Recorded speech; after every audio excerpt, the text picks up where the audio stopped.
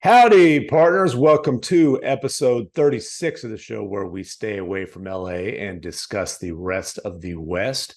This will be the last edition before we shut it down for the off season. We're going to talk about the Dallas Mavericks off season with my good friend, former Mavericks numbers crunching nerd, current Mavs broadcast analysis, Brian Dameris. Brian, how you doing? Don't forget the Take That With You podcast, D Magazine, the Ticket, Post Game Radio, Bally Sports, everything. Hey, just bring your resume next time and flash it on the screen. Let's talk about the Mavericks resume as far as the moves that they made this summer.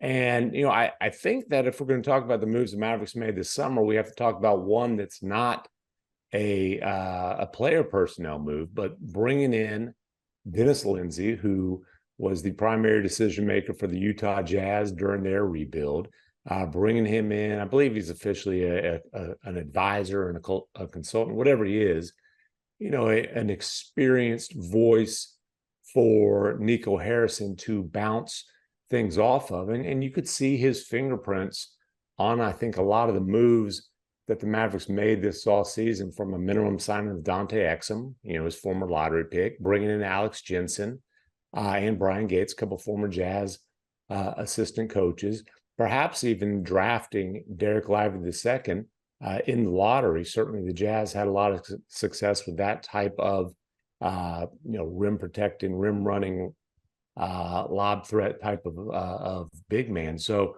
you start there, and then the Mavericks had a plan of, look, got to improve the supporting cast around Luka Doncic and Kyrie Irving, and obviously keeping Kyrie Irving was a big part of that. Yeah, I think when you look back from the end of the season in early April to where we are now, the Mavericks really started their plan from the beginning, and it was Nico Harrison in his postseason press availability saying, listen, I'm still growing in this job. I know where my strengths are. I know where my weaknesses are. And when he was brought in, he was the relationship guy. Mm-hmm. And he's come in, and Mark Cuban has told me when he was brought in 2 years ago, his managerial skills from running his organization at Nike were key. And he has come in and instituted more of a structure, frankly, than what Donnie Nelson had. I mean, I worked in that front office, and Donnie had a loose structure. Okay. That was his personality style. Very flat kind of organization.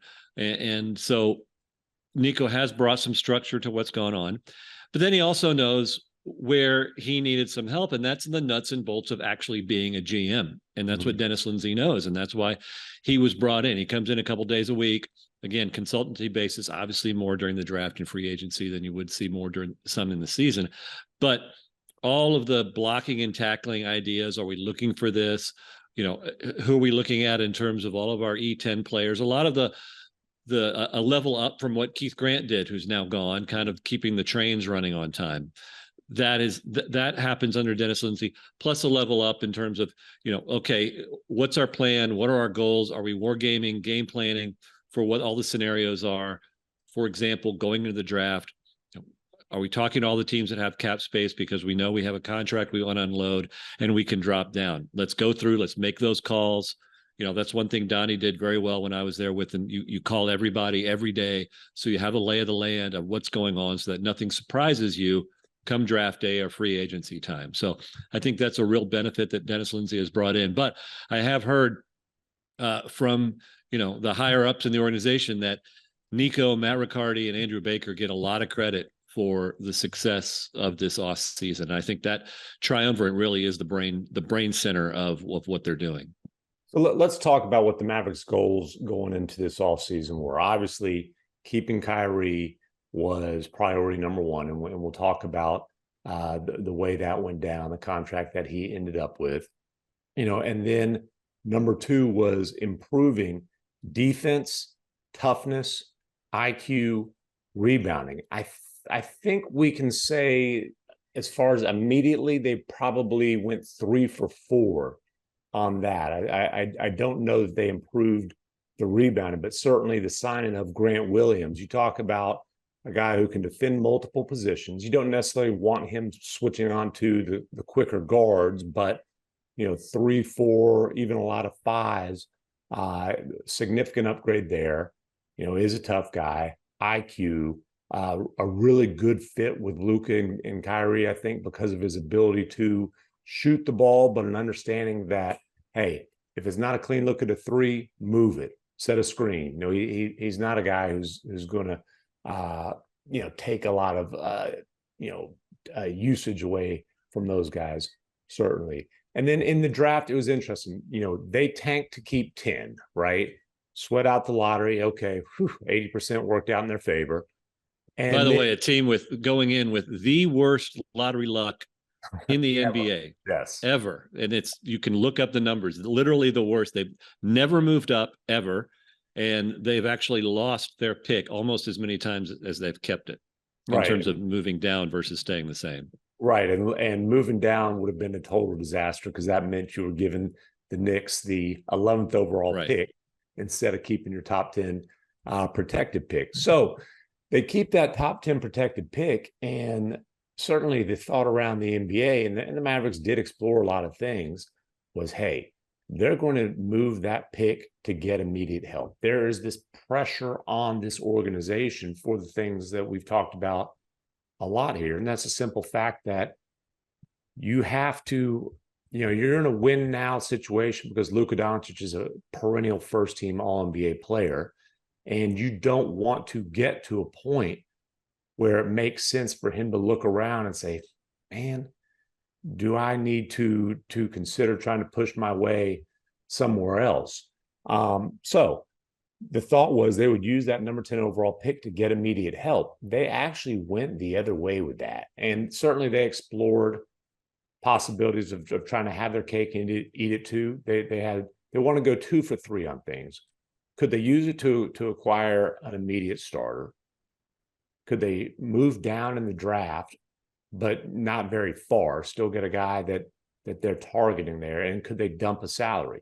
Well, they did the last 2. They weren't able to get the immediate starter, but they were able to, by dumping Bertans, creating that trade exception, then also get the number 24 pick and Richaun Holmes. And let's be honest, Richaun Holmes, if he's a contributor, that's a bonus. That contract was the tax to get the number 24 pick. Not saying he won't be able to contribute. Certainly, if he's still on the roster come training camp, he'll get opportunities to earn minutes. But that trade wasn't for Richaun Holmes. It was for the number 24 overall pick. Had conversations with the Hawks. They would have loved to have gotten Clint Capella. The Hawks were asking for Josh Green or Jaden Hardy, and that was a hard no. And so they take Dereck Lively II, who I think really has a chance to be an impactful player, not as a rookie though, right? We're talking a raw 7'1", 235-pound athletic shot blocker, lob finisher, that type of player who, I just think fans need to temper their expectations for him as a rookie. It honestly wouldn't be a shock if he got as much playing time for the Texas Legends in the G League as he did for the Dallas Mavericks. So I thought that their process there, I thought they had a really good draft night in terms of maximizing value from that 10th overall pick. I just don't know that it's going to be immediate impact from that draft class. What they were able to do, and I think it's important, is they were able to turn one asset into 3. And that was the key. Instead of just taking Lively at 10, they were able to, as you said, tick those boxes of getting off money, which was important because you needed to stay under the first apron. So you had the ability to use the full MLE. And we can talk about, why they haven't or what those options are going forward. But they needed the financial flexibility. And they needed to add more pieces to what they were doing because they knew they were limited in what they were able to do this offseason. So they were able to still get their guy, move down 2 places, get the trade exception. They still have some room in that trade exception to add some more for $4.5 million worth of salary. Get a guy that you can either keep, like you mentioned, in Richaun Holmes and be your starter, or be your, if Dwight Powell still plays those first 6 minutes of each half, come in and play the lion's share of the minutes, because I think you're right. It's going to take Lively. We've seen in Summer League, he's raw, he still fouls a lot, fouled a lot at Duke, but you see the tools there. So they have immediate impact, like you mentioned with Grant Williams, and then they have their long-term youth and athleticism with their two draft picks. I think Omax is going to be somebody that actually may be more impactful sooner than Lively will, because of his role. He can guard, almost every position, long, rangy, and can hit that corner three. And we saw a little bit of what he can do last night in terms of cutting and getting to the rim as well. So, I think that was the benefit of what they were able to do in the draft, is come out with all those assets. Holmes is somebody that they can still use this summer. They're still looking for a frontline starter. Yep. I've heard the Capella rumors aren't completely dead. I don't know how they pull that off, considering Atlanta wants to get off of money, and we don't really have that ability to help them there. The Ayton talks, Phoenix says they want to keep him. Is that still posturing? Yeah, right. Yeah, given what Phoenix is willing to move him for, yes, it's still posturing. Of course, right? So, and that comes down to the question of, what do you offer there? They didn't want JaVale. JaVale's not in the Mavericks plans. He won't be on the roster to start the season. So he's either going to be included in a trade or stretch and waived. It comes down to a decision of what do you do with Josh Green? Josh right now is your starter, but they wanted Tybal in here, and he would have been the starter had he not been matched by Portland. Green's up for an extension this year. Is he a player that in a year you're going to spend, $15 to $20 million a year for? If not, is that somebody that you do bite down hard, as much as you may not want to do it, and include a deal now for somebody that, that frontline starter that you need and want? Well, and the thing about Josh Green, and that's an interesting point. When teams call the Mavericks or the Mavericks call teams, the names that come up very early in those conversations are Josh Green and Jaden Hardy. Those are the players that other teams look at and as far as being very attractive trade pieces. Josh Green's going to have a market. I would say, the mid-level, the full mid-level is going to be the floor for him. I think you're probably right as far as him being more in that, a little bit north of that, in that 15 million plus per year range. And so, look, if the Mavericks don't see him as a starting small forward, then I think it does make sense to move him in a trade, because there are other franchises who do. And honestly, I thought one of the bigger mistakes that Jason Kidd made last year was Josh Green had a really nice stretch of games right around the trade deadline coming out of that. That first game after the trade, before Kyrie even started playing. Yeah. Had, against Utah, followed that up with a great performance in Kyrie's debut. And then once Luka and Kyrie both got on the floor together, Josh Green kind of got lost, kind of faded into the wallpaper. Next thing you know, Justin Holiday's in the starting lineup. Like, dude, Justin Holiday he just came off the street. Like, he was a buyout guy for a reason. I thought that was a mistake, just because, I think, one, Josh Green's just a better player, but you've got to give him, if he's going to be here, you've got to give him a chance to grow, because he is a guy who I see significant potential. And I think he is a guy who can really fit. He's got to figure out how he can be impactful when he's not going to have the ball a lot, because we understand Luka's going to have the ball in his hands. Kyrie's going to have the ball in his hands. You're playing off him. But that 3-and-D, he's by far, I think, the most athletic guy on the team. Maybe Lively now is in that conversation, but the ability to... And Omax, yeah. Yeah, the ability to run, the ability to finish, worked himself into being a good catch and shoot guy. So that's going to be interesting there moving forward. And, you mentioned, as of right now, if this roster looks the same way, going into the season as it does at this moment, Mavs fans don't want to hear this, but Dwight Powell's probably your starting center. Now, starting center means 15, 20 minutes a night. Ideally, Lively can play similar minutes, but if he can't, then he'll play 30 minutes a night, 35 minutes a night down in the G League. His development is much more important than his actual impact this season. And that's a tough thing to say when you're in a very win now situation, but that's just the reality.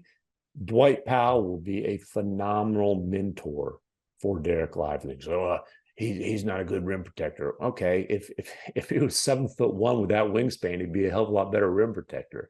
You know, I assure you this, he can help teach Lively the intricacies of running pick and roll with Luka Doncic, of not just setting the screen, but the timing, the angles, you know, the Gortat screen, you know, when Luka's driving, you know, all those kind of things. He can teach him how to be a pro, how to take care of his body.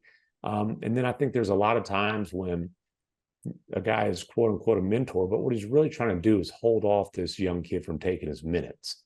I don't think that'll be the case with Dwight Powell, who post playing, it wouldn't surprise me if he ends up being like the president of the Dallas Mavericks on the business side.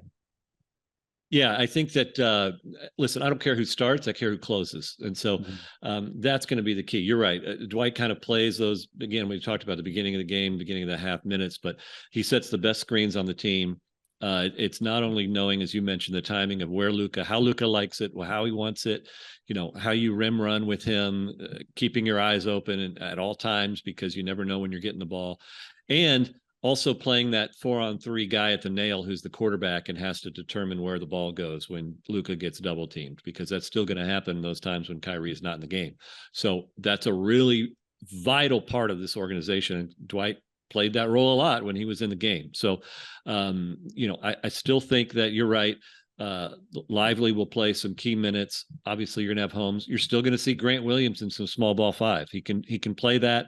He can go up to the pick and roll, still be able to switch, recover. And obviously Maxey knows how to play that small ball 5 as well. So you have 5 kind of bigs there to take up the space. As we mentioned, they still want to get somebody else in there. Tim Hardaway's a trade chip they can use there as well to try to facilitate something. Their pick is a number 1 pick in 27. It has to be unprotected because of the way the cap mechanics work in terms of you can't put any protections on it because they've already given away their 29 pick. And their 25 is still technically tied up with this Porzingis trade from eons ago. Yeah. So I don't know if you want to throw something like that in there. But, you know, they kind of have that, you know, that's the center position. And they still, I think, want a little bit more wing defense and turnover generation, which was something else that they wanted to get, which was why they made the offer for Tybal. And they put all these cute little trade kickers and bells and whistles a la Chandler Parsons to try to get it done.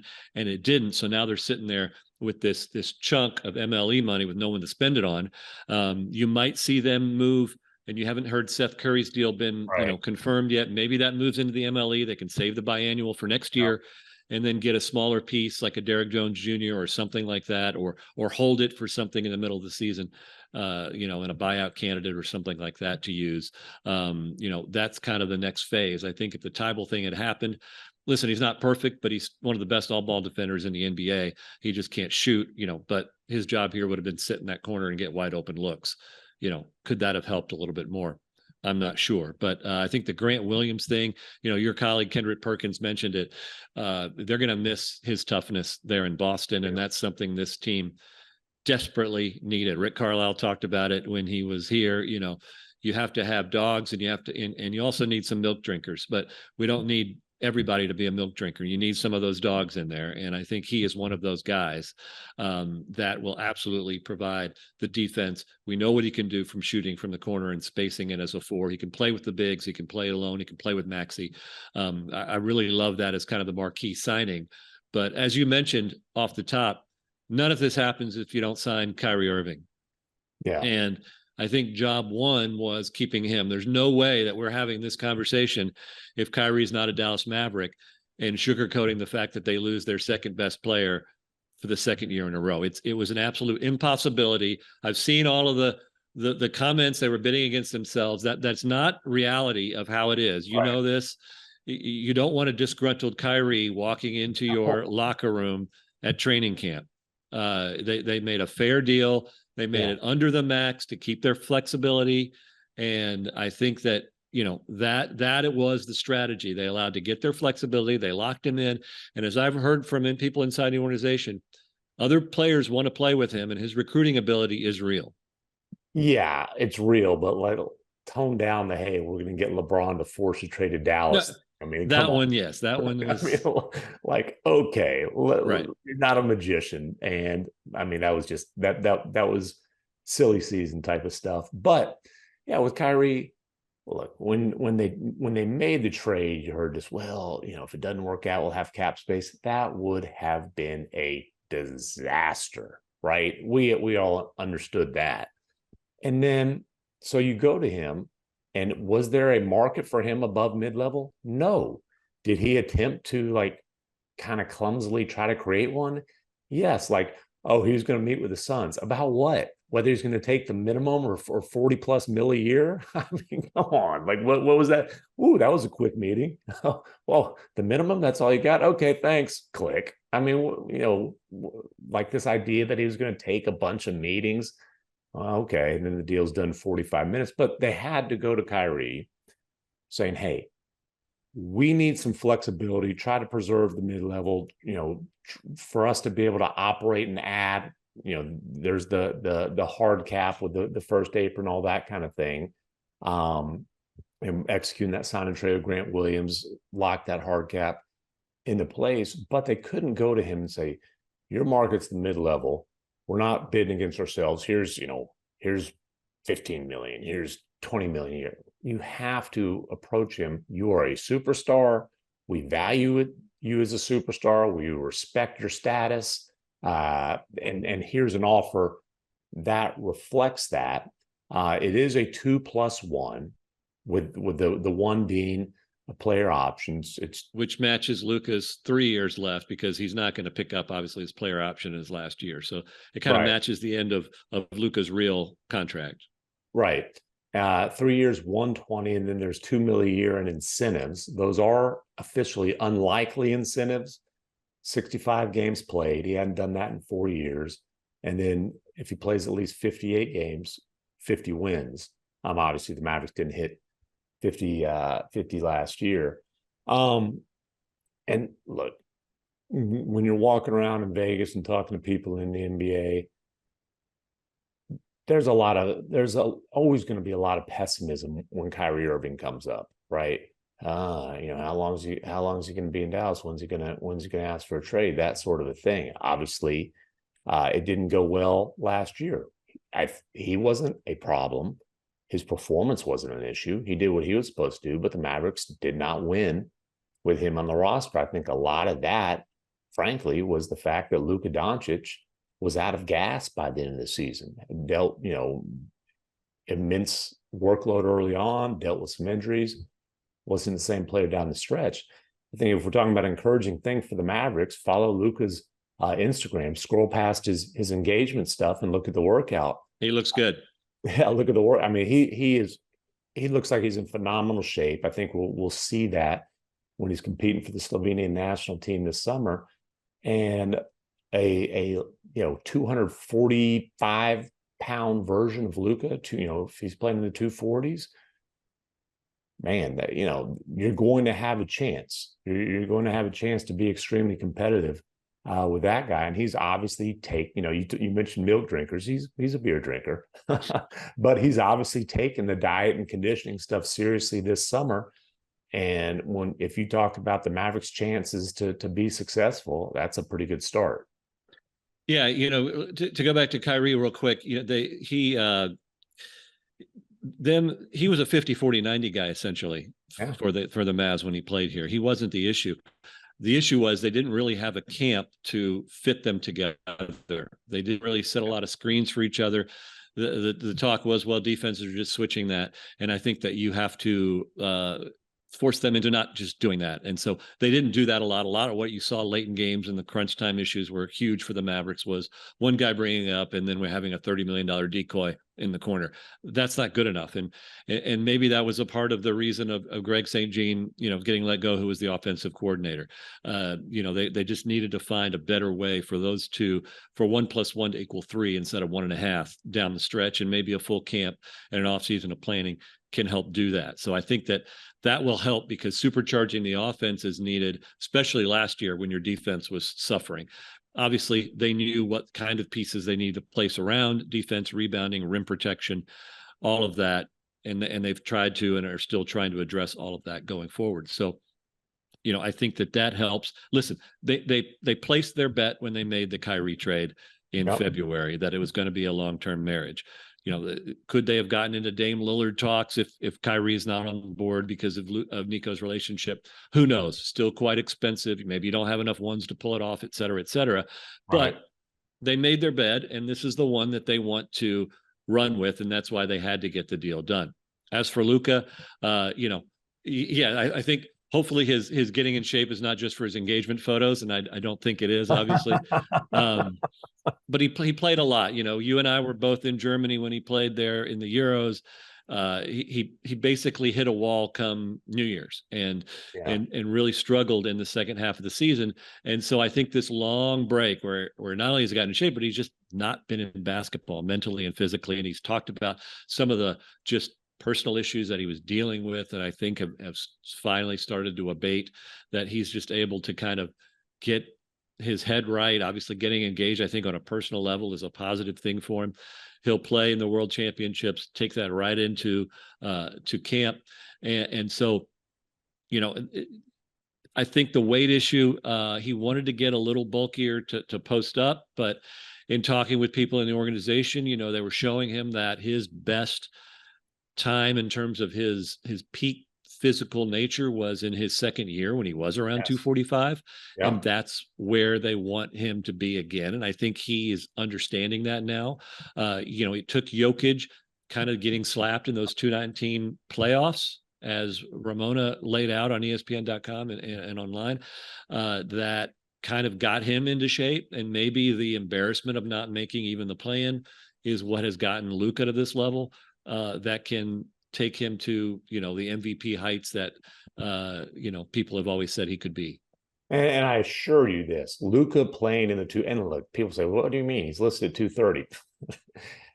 He ain't got both feet on the scale when he's weighing 230. Luka playing in the 240s is going to be plenty strong enough to still be physical, to still post up, to still, as he's driving, use that shoulder to create space.